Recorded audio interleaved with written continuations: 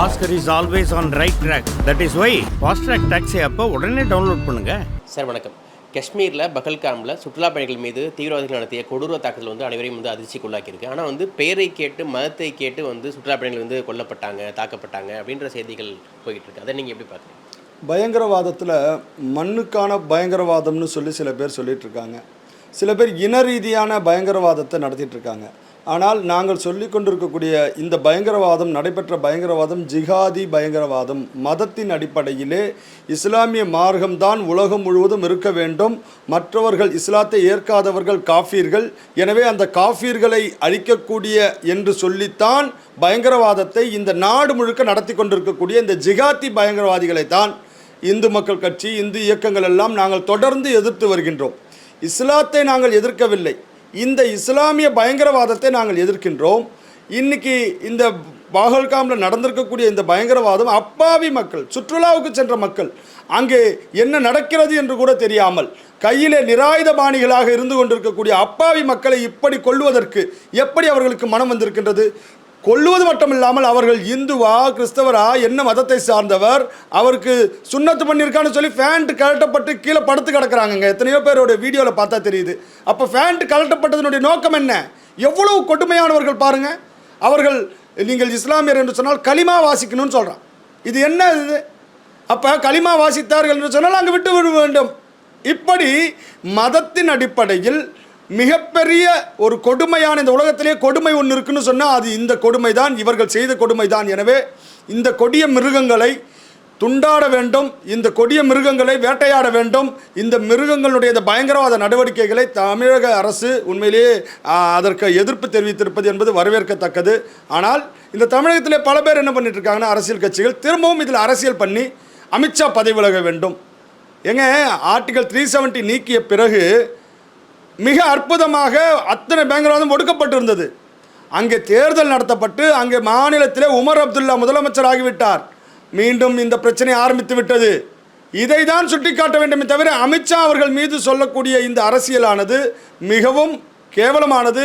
திருமாவளவன் அவர்கள் சொல்லியிருக்கக்கூடிய விஷயமாக இருக்கட்டும், இன்னும் பல பேர் முகநூல்களில், ட்விட்டரில், இன்ஸ்டாகிராமில் போடக்கூடிய பதிவுகளை பார்க்கும்போது இராணுவ வீரர்களே இது மாதிரி கொண்டுட்டாங்க, இராணுவ வீரர்களே சுட்டுட்டாங்க, இது அரசியல் நாடகம்னு பேசக்கூடிய பதிவுகளை பார்க்குறேன். தயவு செய்து சொல்கின்றேன், இந்த முகநூல் பதிவு செய்யக்கூடியவர்கள் யாராக இருந்தாலும் இந்திய தேசத்தினுடைய 27 ஆன்மாக்கள் உயிர்கள் இழந்திருக்கக்கூடிய இந்த நிகழ்வை நீங்கள் கண்டிக்கலனா கூட பரவாயில்ல. அந்த பயங்கரவாதிகளை தயவு செய்து இந்த இந்திய இராணுவத்தை இழிவாக பேசக்கூடியது, இந்திய அரசாங்கத்தை இழிவாக பேசக்கூடிய வேலையை நிறுத்தி கொள்ள வேண்டும். இந்த உயிரிழப்பு என்பது உண்மையிலேயே இந்தியா மீண்டும் இந்த பயங்கரவாதத்துக்கு எதிராக மிகப்பெரிய போர். இஸ்ரேல் அடித்தாங்க பாருங்க. இன்றைக்கி நாடு முழுக்க ரஷ்யா உக்ரைன் போர் நடந்துட்டுருக்குன்னா காரணம் என்ன? தவறு செய்தால் அவர்கள் மீது அடிக்கக்கூடிய அடியை கேட்டு இனி வரக்கூடாது. சர்ஜிக்கல் ஸ்ட்ரைக் இப்போ தொடங்க போகிறதாக தான் நாங்கள் கருதுகிறோம்.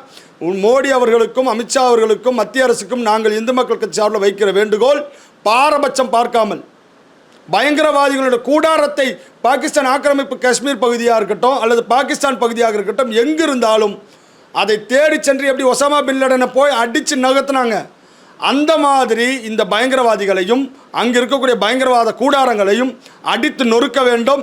இதற்கு இந்திய மக்கள் அனைவரும் ஒன்று சேர்ந்து மத்திய அரசுக்கு ஆதரவாக இருப்பார்கள், இராணுவத்துக்கு ஆதரவாக இருப்பார்கள். ஒரே குரலில் சொல்கிறோம், பயங்கரவாதத்தை வேறு இருக்க வேண்டும். இந்த பயங்கரவாதம் என்பது ஜிஹாத் பயங்கரவாதம் என்பதிலே யாரும் மாற்று கருத்தே இருக்க முடியாது.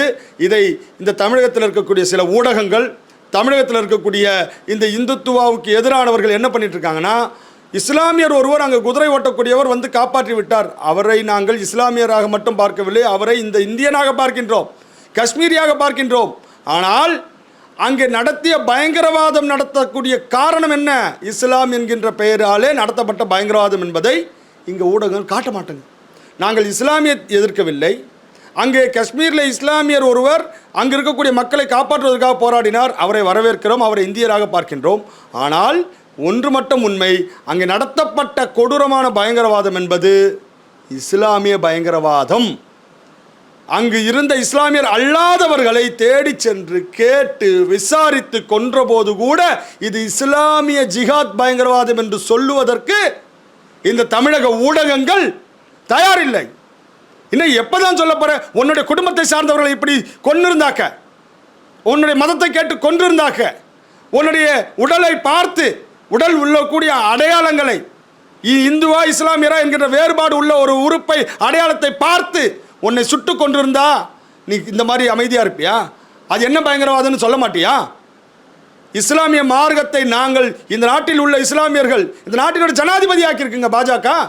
அப்துல் கலாமை இந்த நாட்டினோட ஜனாதிபதி ஆக்கி இந்த நாட்டில் உயரிய பொறுப்புகள் இருக்க வேண்டும் இஸ்லாமியர்கள் என்று விரும்பக்கூடிய கட்சி பாஜக. இன்னும் ஷியாம் பிரசாத் முகர்ஜி என்கின்ற ஜனசங்கத்தினுடைய தலைவர், பாஜகவினுடைய தலைவர், அவர் உயிர் எப்படி போச்சு தெரியுங்களா? காஷ்மீர் பிரிவினை இந்த ஆர்டிகல் 370 வந்தபோது அதை எதிர்த்து காஷ்மீரை காப்போம் என்று ஒரு போராட்ட முழக்கத்தோடு காஷ்மீர் சென்றவர் உயிர் என்ன ஆச்சுன்னே தெரியலங்க, எப்படி இறந்தார்னே தெரியல. காஷ்மீரத்திற்காக பாஜக எத்தனை உயிர் தியாகம் செய்திருக்கிறது தெரியுமா? லால் சவுக்கிலே சென்று தேசிய கொடி ஏற்ற முடியாது என்று சொல்லி அங்கு பயங்கரவாதிகள், நீங்கள் ஒரு தாய்க்கு பிறந்தவனாக இருந்தால் வந்து கொடி ஏற்றலான்னு சொல்லி அறிக்கை விட்டால் இந்த பாகிஸ்தான் பயங்கரவாதிகள், அங்கே இருக்கக்கூடிய பயங்கரவாதிகள். பாரதிய ஜனதா கட்சியின் சார்பிலே முரளி மனோகர் ஜோஷி அவர்கள் தலைமையிலே இன்றைய பிரதமர் நரேந்திர மோடி அவர்கள் அதற்கு உறுதுணையாக, இங்கே தமிழகத்திலே இந்து மக்கள் கட்சியினுடைய தலைவர் அர்ஜுன் சம்பத் அவர்கள், இன்னும் எத்தனையோ ஆயிரக்கணக்கான தொண்டர்கள் எல்லாம் நாடு முழுக்க சென்று ஏக்தா யாத்திரை நடத்தி காஷ்மீரத்திலே லால் சவுக்கிலே தேசிய கொடியை, இந்திய தேசிய கொடியை ஏற்றினார்கள். இந்த காஷ்மீரத்தை காப்பாற்றுறதுக்கு பாஜகவினுடைய தியாகம் மாதிரி உலகத்தில் எந்த தியாகமும் யாரும் செய்யலைங்க. அப்போ இந்த காஷ்மீரை பாதுகாக்க வேண்டும். காஷ்மீரம் பாரத தேசத்தினுடைய ஒரு அங்கம், பாரத அன்னையினுடைய தலை கிரீடம். அந்த கிரீடத்தை இன்றைக்கு இந்த பயங்கரவாதிகள் அழிக்க பார்க்குறாங்க. ஆனால் நரேந்திர மோடி அவர்கள் விடமாட்டார் என்ற நம்பிக்கை எங்களுக்கு உண்டு. அமித்ஷா அவர்கள் கண்டிப்பாக மிகப்பெரிய தாக்குதலை இந்த பயங்கரவாதி மீது நடத்துவார் என்ற நம்பிக்கை உள்ளது. எனவே பாரதிய ஜனதா கட்சியை எதிர்ப்பதாக எண்ணிக்கொண்டு, இந்துத்துவாவை எதிர்ப்பதாக எண்ணிக்கொண்டு இந்த நாட்டிலே ஜிகாத் பயங்கரவாதிகளை வளர்த்து விடாதீர்கள். ஜிகாத் பயங்கரவாதம் என்பது இந்த தமிழக மண்ணிலேயே இப்போ சமீபத்திலே கூட குண்டு வெடிப்பு, கேஸ் சிலிண்டர் வெடிப்பு என்று சொன்னார்களே, இன்றைக்கு தமிழகத்தில் இருக்கக்கூடிய அரசாங்கம் சொல்லிச்சு, அது வெடித்திருந்தால் அப்பதான் உனக்கு தெரியுமா? அதே போல இந்த தமிழகத்தில் கோயம்புத்தூரில் நடந்தது 98 58 உயிர்கள் போச்சு, 250க்கும் மேற்பட்டவர்கள் உடல் உறுப்புகள் இல்லாமல் இன்றைக்கும் கஷ்டப்படுறாங்களே. இதுதான் பயங்கரவாதம், இதுதான் ஜிகாத் பயங்கரவாதம்.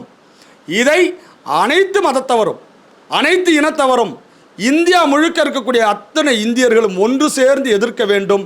இந்த இஸ்லாமிய ஜிகாத் பயங்கரவாதத்தை வேறறுப்போம், காஷ்மீரத்தை காப்போம், பாரதத்தை வலுவாக்குவோம். அதில் ஒரு பெண் சொல்கிறாங்க, என் கணவரை வந்து கொண்டுட்டாங்க, நானே என்னையும் கொண்டுருங்க, என் பையனையும் கொண்டுருங்கன்னு ஆவேசமாக கேட்குறப்ப இதை போய் நீ மோடிட்ட சொல்லு அப்படின்னு சொன்னாங்க அப்படின்னு சொல்கிறாங்க. உங்கள் நோக்கம் என்ன நினைக்கிறீங்க? காஷ்மீரத்தில் வந்து பார்த்தீங்கன்னா பயங்கரவாதம் வந்து மிகப்பெரிய உக்கிரமாக இருந்து கொண்டிருந்தது. நீங்கள் 1990 பார்த்தீங்கன்னா அங்கே இருந்த பண்டிட்டுகள், காஷ்மீரிகள், அந்த பண்டிட்டுகள் எல்லாம் அடித்து கொல்லப்பட்டு விரட்டப்பட்டார்கள்.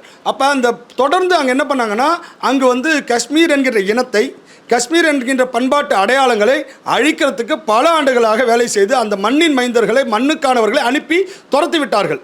அதன் பிறகு அதை என்ன பண்ணாங்கன்னா, அந்த காஷ்மீர் என்கின்ற அடையாளத்தை இஸ்லாம் என்கின்ற அடையாளமாக மாற்றி, இங்கே மோடி அவர்கள் வந்தாலும் சரி, யார் வந்தாலும் அங்கே இன்னும் பண்ண முடியாதுன்னு நினச்சிட்டு இருந்த இந்த பயங்கரவாதிகளுக்கு மத்தியில் ஆர்டிகல் 370 நீக்கி அங்கே மிகப்பெரிய அளவிலே ஒரு பாதுகாப்பு அரணாக பாஜக அரசாங்கம் அங்கு இராணுவத்தை நிறுத்தி கடந்த 4-5 வருஷமாக பார்த்தீங்கன்னாக்க ஆர்டிகல் 370 நீக்கினதுலேருந்து அங்கு பயங்கரவாதம் அப்படியே கால்வாசி 200-300 பேர் வந்து இறந்த அந்த காலகட்டங்கள்லேருந்து 50 பேருக்குள்ளே அந்த பயங்கரவாத தாக்குதல் தடுத்துட்டார்.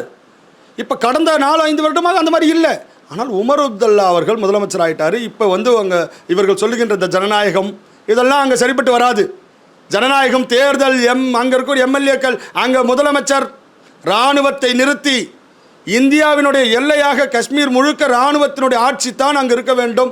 அதாவது மத்திய அரசினுடைய கண்ட்ரோலில் இந்த காஷ்மீர் இருந்தால் மட்டும்தான் இந்த பயங்கரவாதம் முழுமையாக பாதுகாக்கப்படும். இந்த பயங்கரவாதிகள் வந்து வேறறுக்கப்படுவார்கள், இந்த தேசம் பாதுகாக்கப்படும், பயங்கரவாதிகள் வேறறுக்கப்படுவார்கள். எனவே இங்கே நடந்த அந்த நிகழ்வு மோடி இடத்துல போய் சொல்லுங்கன்னு சொன்னதுக்கு காரணம் என்னென்னா, மோடி அவர்கள் மீது அவ்வளவு வெறுப்பில் இருக்கிறாங்க பாகிஸ்தானிய இந்த பயங்கரவாதிகள். மோடி அவர்கள் காஷ்மீரத்தை மீட்க முடியாது என்று நினைத்திருந்தார்கள், மீட்டு விட்டார். ஆர்டிகல் 370 நீக்க முடியாது என்று நினைத்தாங்க, நீக்கிட்டாரு. இன்னைக்கு பாகிஸ்தான் ஆக்கிரமிப்பு காஷ்மீரையும் மீட்டு விடுவார் என்கின்ற பயம், அச்சம். பாகிஸ்தானில் வாழ்றதை விட பாகிஸ்தானை விட இந்தியாவுக்கு வர வேண்டும் என்று சொல்லி பாகிஸ்தான்காரன் நினைக்க ஆரம்பிச்சிட்டான். இந்த பொருளாதார நெருக்கடியிலே பாகிஸ்தான் வீழ்ந்து விட்டது. ஆனால் இந்தியா தலை நிமிர்ந்து நிற்கின்றது. உலக அரங்கில் நிற்கிறது.